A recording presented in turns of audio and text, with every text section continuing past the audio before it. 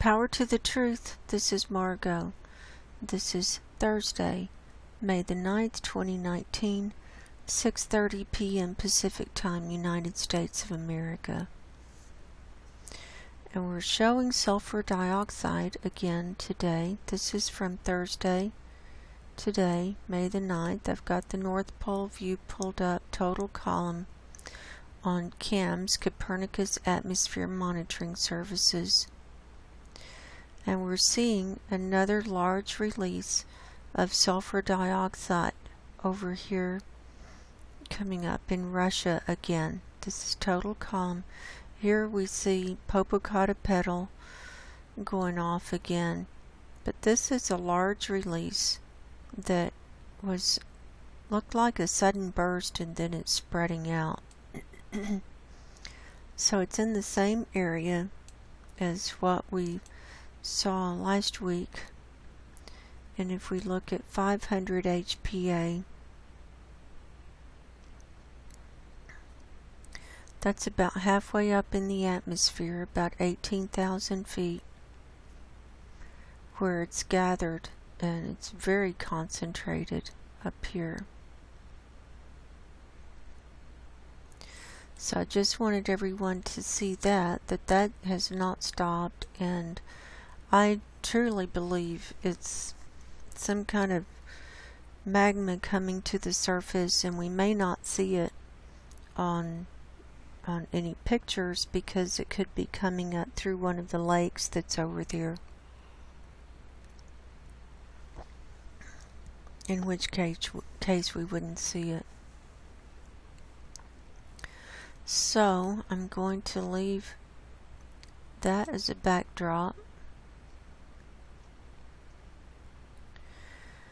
And now I'm going to go over a few news items, climate news items, and then we'll do our earthquake report.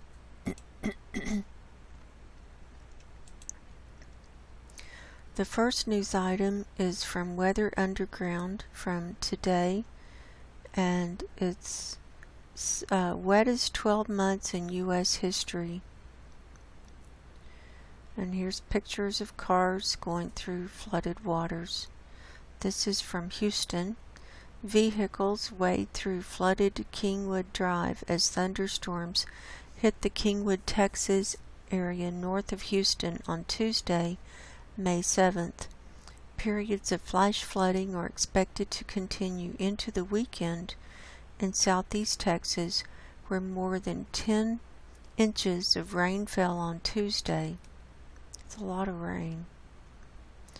Now the article, the 12 months ending in April 2019 were the wettest year-long period in U.S. records going back to 1895. Averaged across the contiguous U.S., the total of 36.20 inches made the period from May 2018 to April 2019 the first year-long span ever to top 36 inches. The old record for any 12-month period was 35.78 inches from April 2015 to March 2016. Given the fierce drought-related impacts of the 2010s, including multiple deadly wildfire disasters from Tennessee to California, it may seem a bit counterintuitive that the nation has actually been getting wetter overall. Across the contiguous U.S., average yearly precipitation has risen by about 2 inches over the past century, from about 29 inches to just over 31 inches. For the entire nation, including Alaska and Hawaii, precipitation increased by about 4% in the period from 1901 to 2015. So we can see the trend going up there.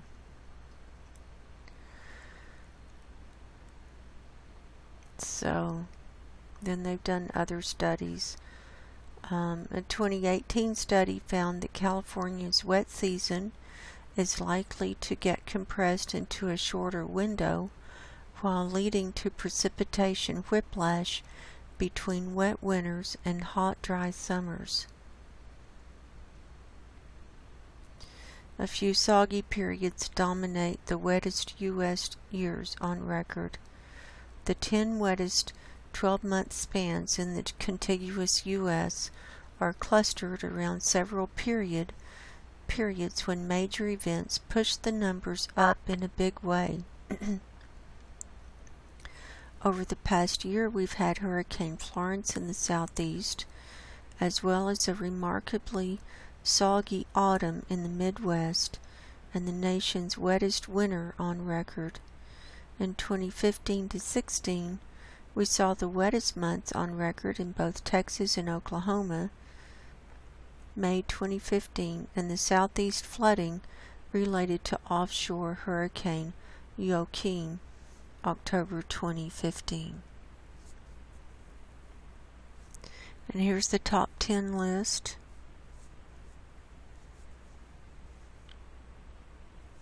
The wettest 12-month periods. And statewide precipitation ranks.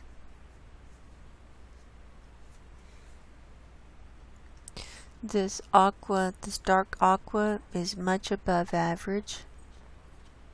So we see that in the Northeast.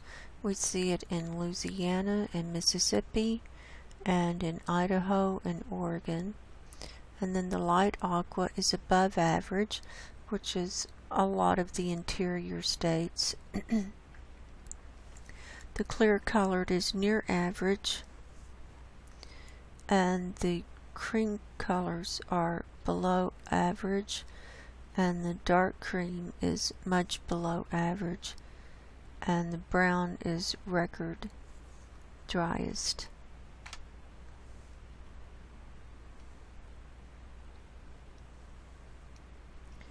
Here's the statewide average temperature ranks. Record warmest, much above average, is this salmon color. Above average is the light salmon color, and so on.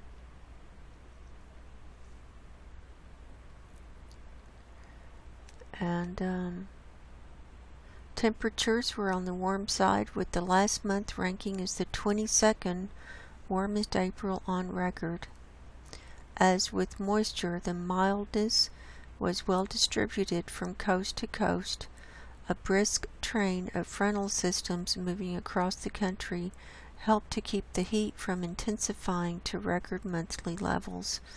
Although it was the second warmest April on record in Delaware and Maryland, and the third warmest in California, New Jersey, and Virginia, 10 other states had a top 10 warmest April.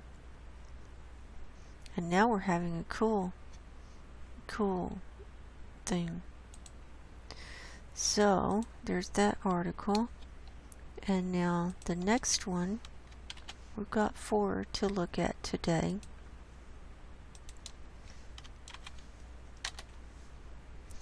This is from Science Daily from April the 10th. Yukon, warmest it's been in 13,600 years. Now the Yukon is in the upper Canadian Territory. Here's the summary. A study uses new research techniques to reveal alarming information about climate change in Canada's north. A study confirms that recent climate warming in the central Yukon region has surpassed the warmest temperatures experienced in the previous 13,600 years, a finding that could have important implications in the context of current global warming trends. Here's a peat plateau on the Dempster Highway with standing pools with bright green algal mats and a spectacular backdrop featuring the boreal forest.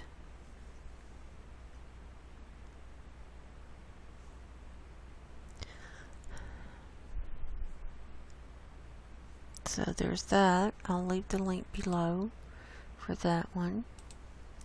Next,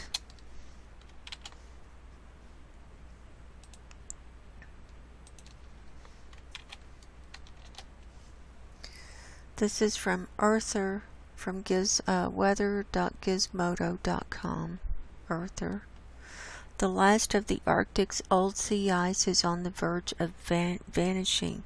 Now we're talking about the thick, older ice. This is from May 3rd. Pour one out for old Arctic sea ice because it's basically a goner. There's a picture. The severe toll of climate change at the top of the world is becoming clearer with each passing day. The latest signs comes courtesy of the National Snow and Ice Data Center, which released its monthly sea ice update on Thursday. It shows that just 1.2% of ice in the Arctic Ocean is older than 4 years.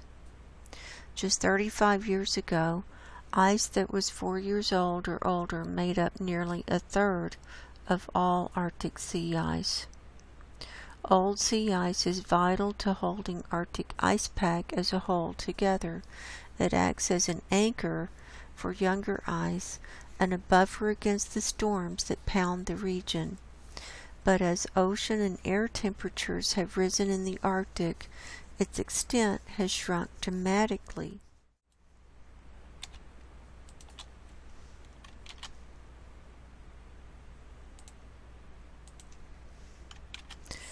And then one more article. Swarm of bees follows car for 2 days to rescue queen trapped in the back. This is from treehugger.com. Devotion knows no bounds when it comes to bees and their leader. There's the picture of the car with all the bees on it. They followed it around for 2 days, and then they called in a bunch of bee experts, and they got the queen and the colony back together. So there's that.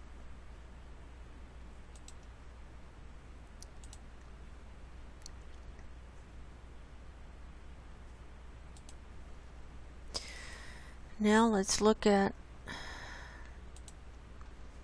the water level at Oroville.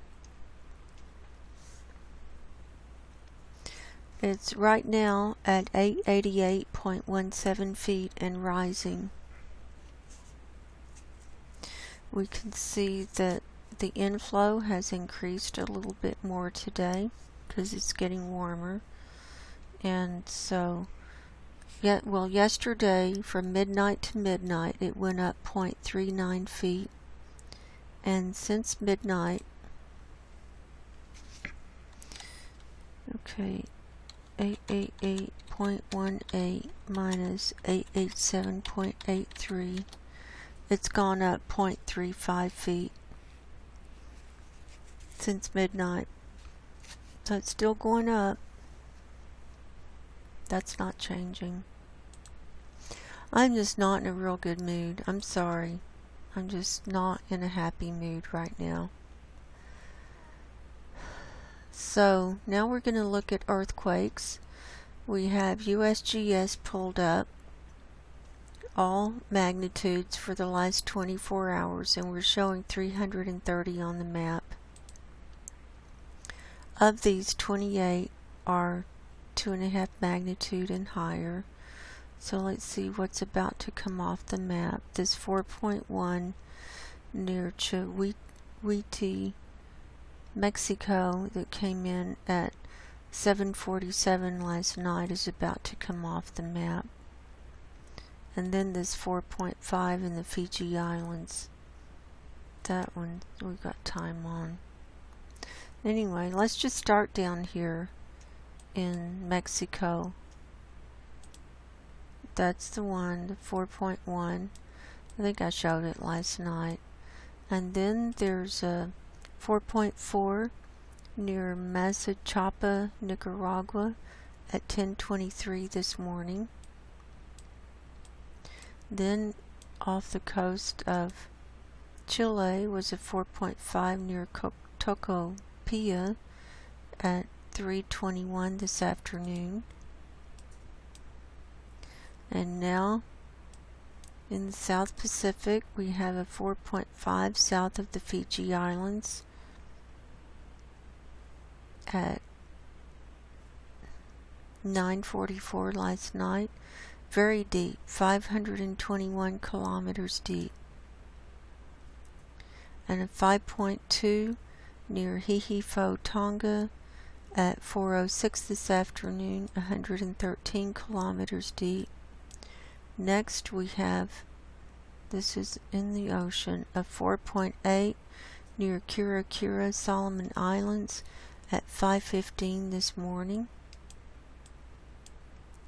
Next was a 5.0 near Alotau, Papua New Guinea at 2:46 this afternoon. Let's check the little wave.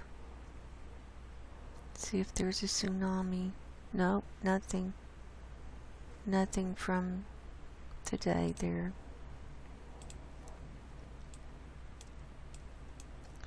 Next, coming on up towards Japan, we've got we've got three. Where's the third one? Okay, they're at the same place. Okay, so we got three. We've got two stacked up. A 5.6 that came in at 3:43 this afternoon, 35 kilometers deep. This is near Miyazaki-shi, Japan. And then a 6.1 came in at 4:48 this afternoon, the same place. And at 5.1, same place, we're calling it near Nichinan, Japan, at 5:07 this afternoon.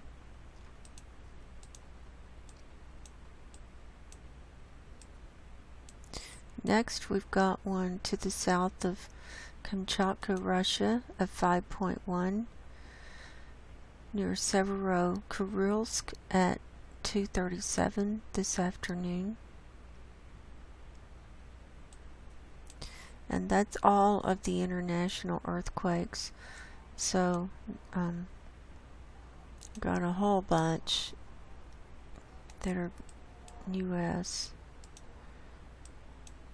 Okay, we've only got two at Hawaii today. We've got a 2.1 near Kapa'u at 9:58 this morning, and a 1.7 near Pahala at 4:27 this afternoon.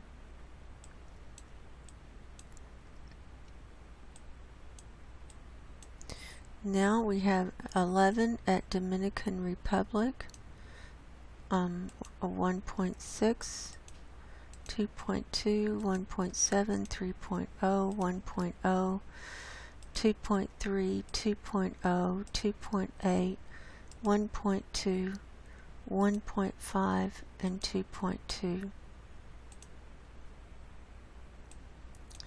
So those are not big enough to do damage, but they're showing movement.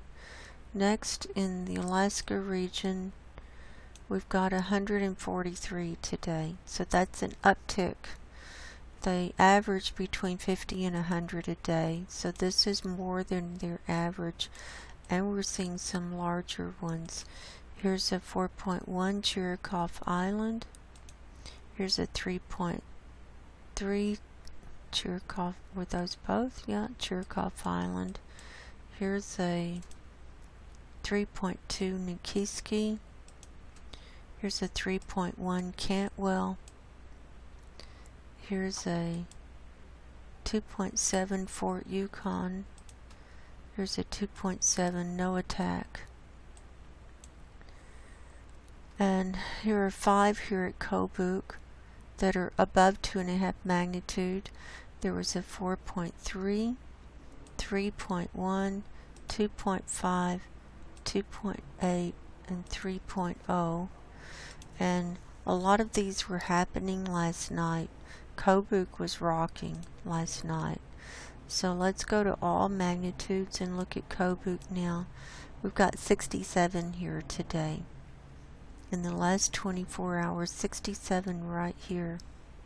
Already called off the largest ones, so all these others are under 2.5 magnitude. Most of them were in 1's range.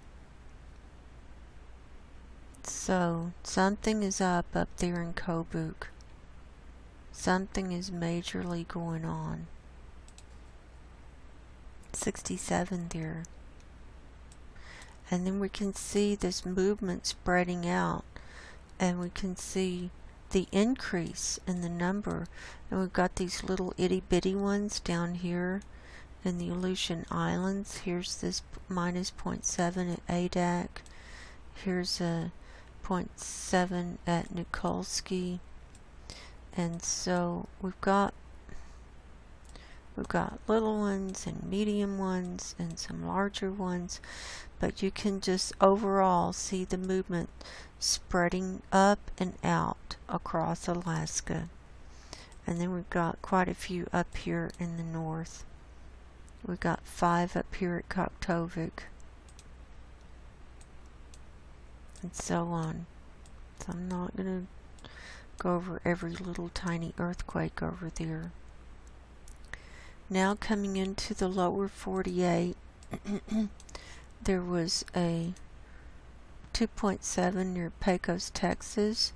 Now here's one in Baja, a 3.8 near Camalú, Mexico. It's off the coast. This came in at 11:14 last night.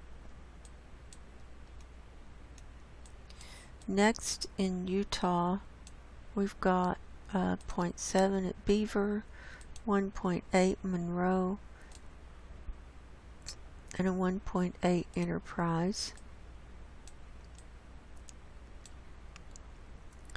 Here's a 1.3 East Carbon City, and it's at a minus 1.3 kilometer depth. Next, coming on up into Yellowstone region. That's too far. We've got 4 here today, so the number has gone down. Here's this 1.2 on the border. This is 1.2 near Preston, Idaho. And then 2 at Old Faithful Geyser, a 1.6 and a 0.6. And a 0.6 at Manhattan, Montana. So that's gone down. Now in the Pacific Northwest, we're going to start with this one on the Juan de Fuca plate, a 3.2 that happened at 12:14 this morning. And then straight across on land was a 2.1 at Hydesville, California at 7:40 this morning. But now we're going to look at the Pacific Northwest with Washington. We have 3 here. We have a 0.9 near Morton, 1.2 near Packwood, and a 1.0 near Friday Harbor. So let's look at our tremors. In the last 3 hours, we've got 1.9 hours of tremors. So that's 2/3 of the time. That's almost 2 hours, so that's 2/3 of the time that it's shaking in the last 3 hours. And we're seeing it mainly by Portland and then by Eugene. In the last 12 hours, we've got 6.1 hours of tremors, so that's over half the time. Again, mainly by Portland and Eugene. And in the last 24 hours, we've got 13.2 hours of tremors. The same places. And then we've got some down here by Olympia and a couple up by Seattle. So we've got a lot of tremors, a lot of shaking. So that's what's setting off these earthquakes up here that we're seeing. Now we're going to see the majority, the rest of all these earthquakes. Now we've got 148 on the map. The majority of them are in California and Nevada, mainly California. So we're going to start with Nevada. We've got a 0.5 near Colt Springs, and we've got a 0.1 near Incline Village. It's up in the mountains there north. And then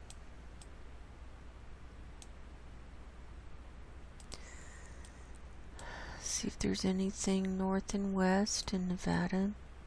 No. Then we've got this huge event going on. That's all I can call it. An event going on down here by Walker Lake. Okay, that little one, there's a 1.3. But down here by Walker Lake at Hawthorne, we've got 22.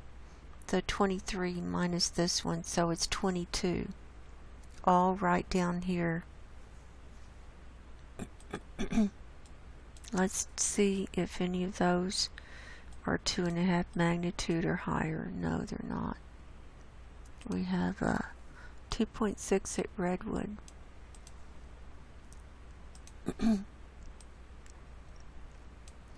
So, okay, and then we've got some more down here, so we'll include those. So, including those, we got 24. All right, down here by Hawthorne. So something's happening. We've got an event going on. They're not very big. They're little, and a bunch of them are microquakes, like under 1, like a minus 0.1, 0.5, minus 0.2, minus 0.3. Here's some at surface level. Most of them are about 8 or 9 kilometers deep. So something's going on there. Here's a 0.6. They're calling it Mammoth Lakes, but it's in Nevada. And then in southern Nevada, we've got fewer down here today. We've only got 4, including this one on the line. So those are pretty small. So the majority is right there at Hawthorne. Now let's go here, 2.3 Markleyville. Here's a 1.3 Bridgeport, 1.9 Bridgeport. And now what's going on at Mammoth and Long Valley, we've got 16 here today.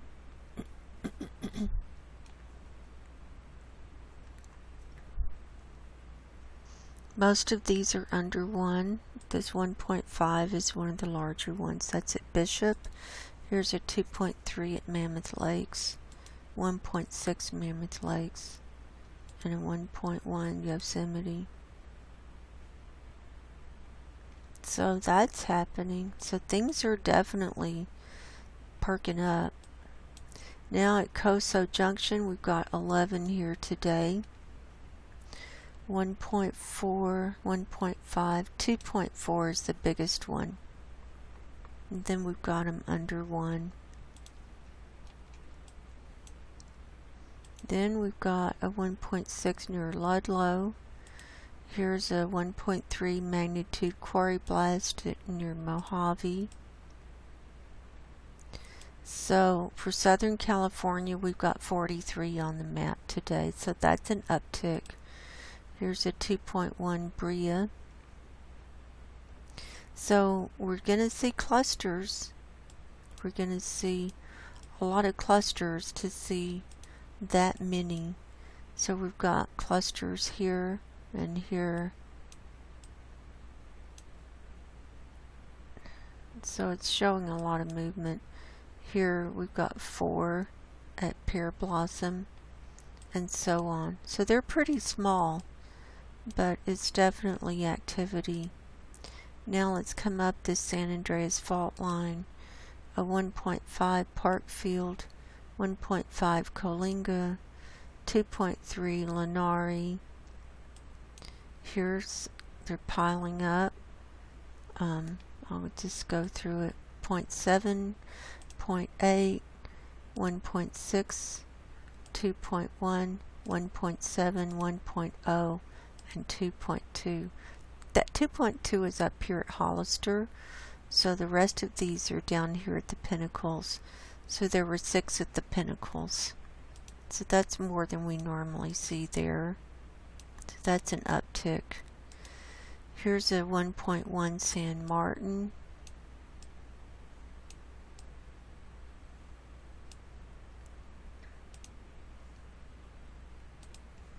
Here's a 1.2 Brentwood.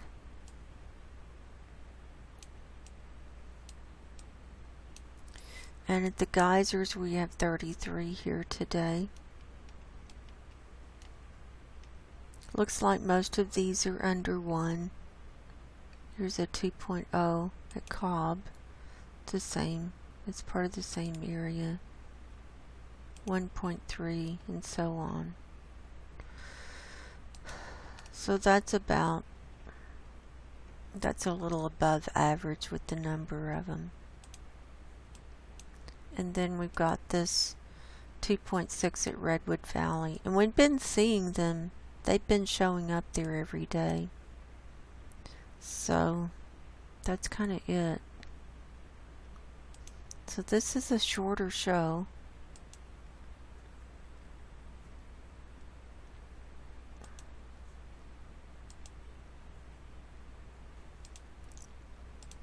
See if anything happened while I was recording it.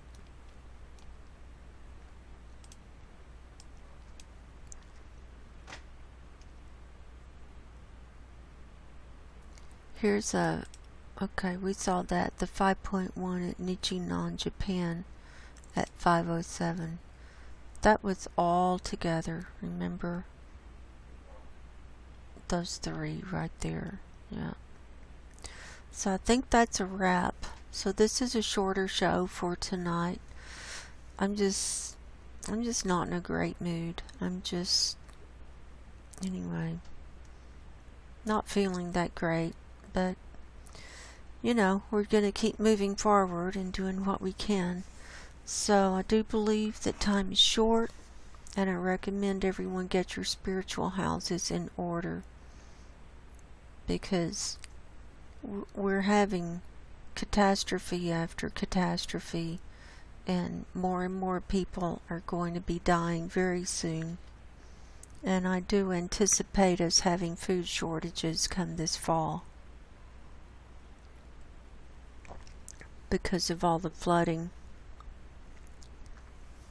And we're going to see lots of awful wildfires again this year, this summer. So, and I don't see any slowdown in population. So, more people, less resources. You know, it's not rocket science. So anyway, until next time, God bless everyone. Go in peace and good night.